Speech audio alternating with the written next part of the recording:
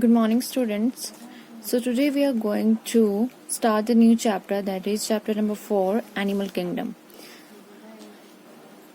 We have finished the chapter Plant Kingdom, and now we are going to learn about this Animal Kingdom. So, animal is a moving, perceiving, and reacting being with ingestive feeding, determined growth, and remarkable and characteristic pattern of behavior. We all know about the animals, that they are moving, they perceiving and reacting and being with ingestive feeding, determined growth है, remarkable and characteristic patterns of behavior है.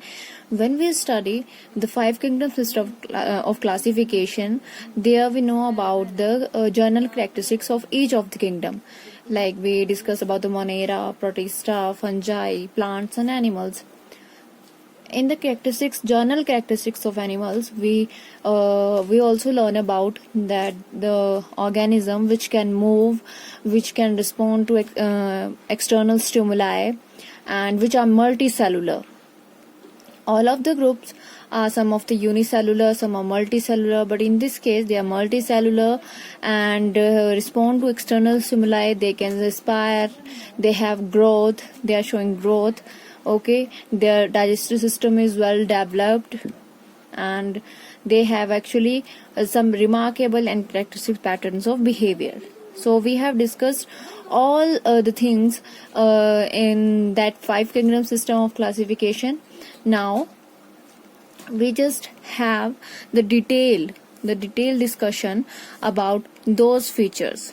So first of all, जैसा कि हम हर एक kingdom में general characteristics पहले पढ़ते हैं, हम इस केस में भी कैरेक्टरिस्टिक्स पढ़ेंगे.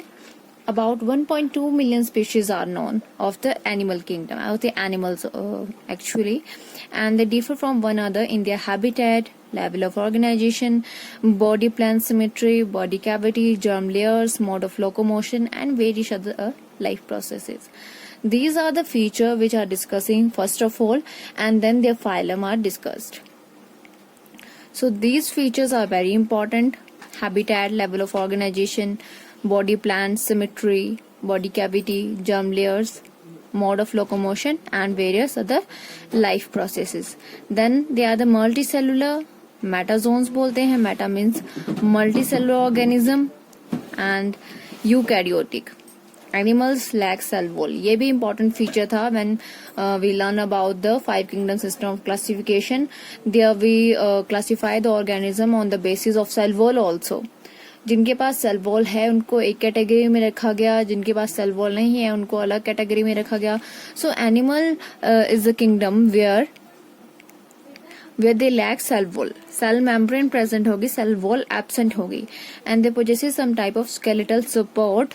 They exhibit level of organization, cellular level of organization, tissue level of organization, organ level of organization. ठीक है. And then ये डिस्कस करेंगे डिटेल में about the reproduction. They reproduce asexually as well as sexually. Most of the cases the reproduction is actually sexual. ठीक है. सिर्फ एक दो फाइलम में आपको asexual देखने को मिलेगी, उसके बाद सारी की सारी मोस्ट ऑफ द केसेस में सेक्सुअल रिप्रोडक्शन होती है. Then about the capable of locomotion, movement show करते हैं इसलिए एनिमल है. Then possesses a nervous system. Nervous system भी वेल डेवलप्ड होता है अगर हम मैमल्स में जाएंगे तो. Then this is the basis of classification actually. First of all kingdom कौन सा है, देन लेवल ऑफ ऑर्गेनाइजेशन कौन सा है, symmetry, body cavity, and then phylum. ये हम पूरे के पूरे एनिमल किंगडम में डिस्कस करेंगे. यही सारी बातें हैं. ठीक है. डिटेल में डिस्कशन करेंगे and then reaches to this phylum, this category phylum. Kingdom से स्टार्ट करेंगे, then this features and then about the phylum. सबसे पहले किंगडम जो है वो एनिमेलिया है. ठीक है. लेवल ऑफ ऑर्गेनाइजेशन जिसकी मैंने बात की थी प्रीवियसली, जो कैरेक्टर्स थे मैंने कहा इंपॉर्टेंट है, about the body cavity, symmetry. So those और features are discussed one by one. ये थोड़ा सा एक फ्लो चार्ट है जो कि आपकी बुक में भी दिया है, and then level of organisation, cellular level है, टिश्यू लेवल है, ऑर्गन लेवल है, या organ system level of organisation है. Then about the symmetry, asymmetry है, ठीक है, या सिमेट्रिकल है. सो रेडियल सिमेट्री है या बायलेटरल सिमेट्री है, ये भी डिस्कस करेंगे. About the body cavity, coelomic cavity है या एसिलोमेट है. ओके, सो सबसे पहले level of organisation, cellular. 3 type के होते हैं, सेलुलर लेवल, टिश्यू लेवल और organ level of organisation. Then about the symmetry, symmetry में एसिमेट्री होती है, ठीक है, या सिमेट्रिकल होते हैं. तो सिमेट्रिकल जो है उसमें 2 टाइप है, रेडियल सिमेट्री और bilateral symmetry.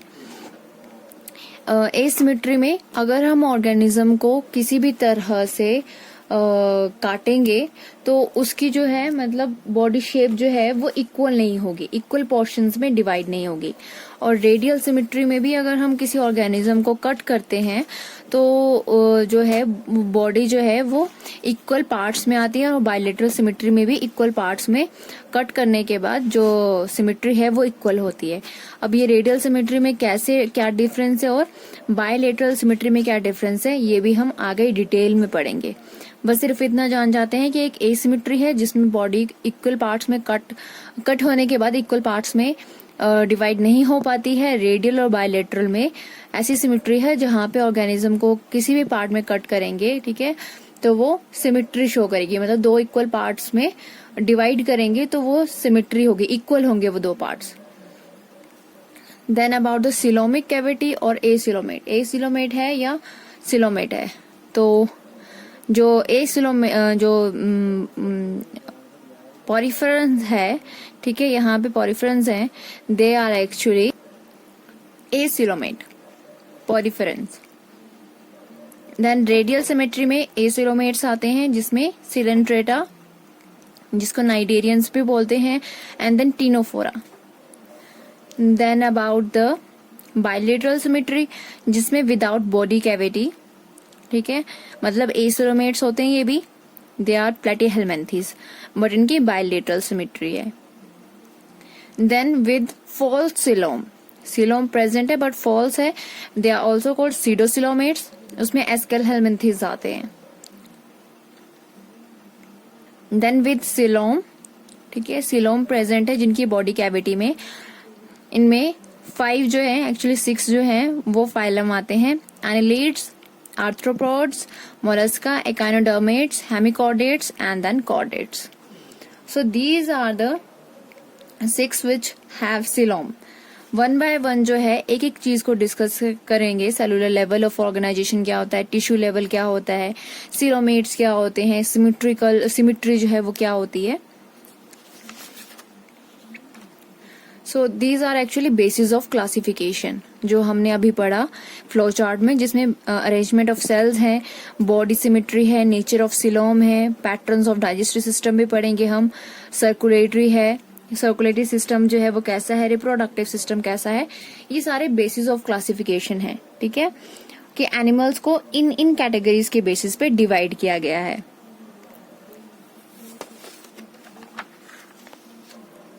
So there are some level of organisation जो हमने सबसे पहले पढ़ा था, cellular level, tissue level and organ level of organisation.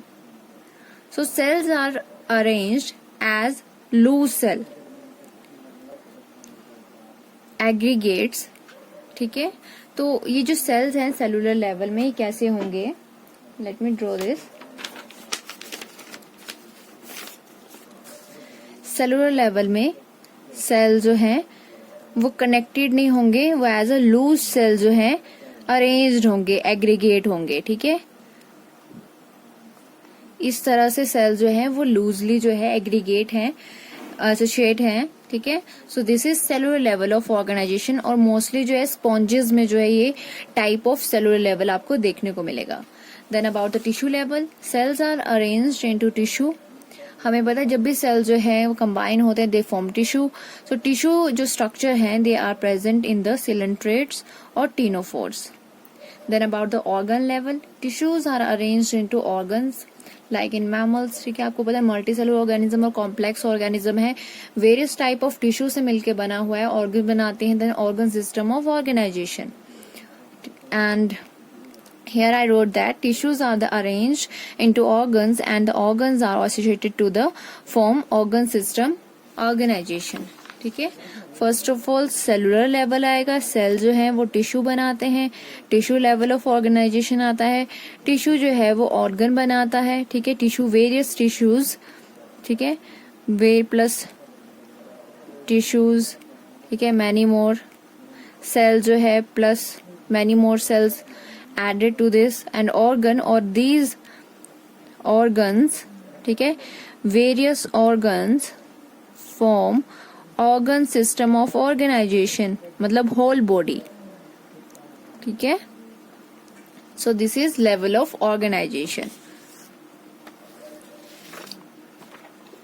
Then about the body symmetry. जो बॉडी सिमेट्री है, it refers to the similarity in shape, size and number of parts on the opposite side of a median line. So जो shape है, size है या number of parts attached है, उनको body symmetry में लिया जाता है. So there are 3 types of symmetry. ये मैंने डिस्कस किया आप लोगों के साथ, asymmetry, radial symmetry and bilateral symmetry. तो इसको समझते हैं. For example,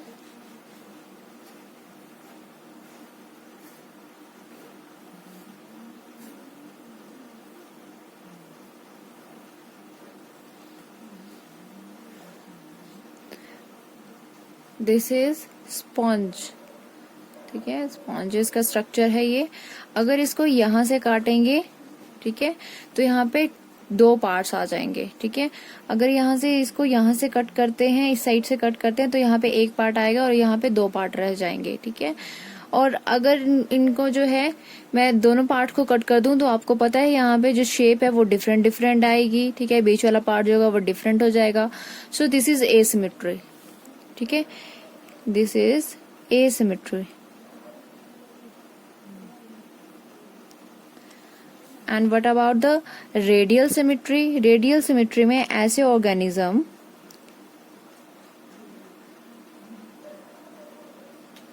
late me draw this. पहले रीड करते हैं डेफिनेशन को. सो एसिमेट्री जो है, any plane that passes through the centre does not divide them into equal halves. Equal halves में डिवाइड नहीं करेगी अगर हम सेंटर से डिवाइड करेंगे.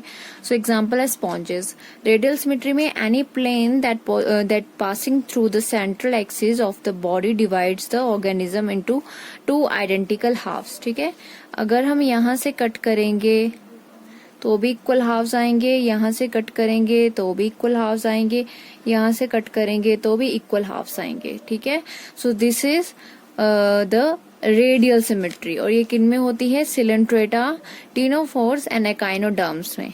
और जो मैंने यहाँ पे स्ट्रक्चर किया, it is like a starfish. ठीक है, इन पार्ट्स में डिवाइड कर रही हूँ, यहाँ से डिवाइड कर रही हूँ, यहाँ से डिवाइड कर रही हूँ, तो इक्वल हाफ जो है वो किसी भी प्लेन से कट करोगे तो इक्वल हाफ्स में डिवाइड हो जाएगी. That is radial symmetry. Then about the bilateral symmetry.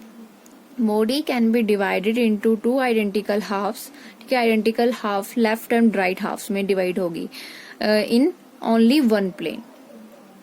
अब कोई बॉडी है, ठीक है, फॉर एग्जाम्पल दिस वन. इसको जो है अगर हम एक ही प्लेन में डिवाइड करेंगे, ठीक है,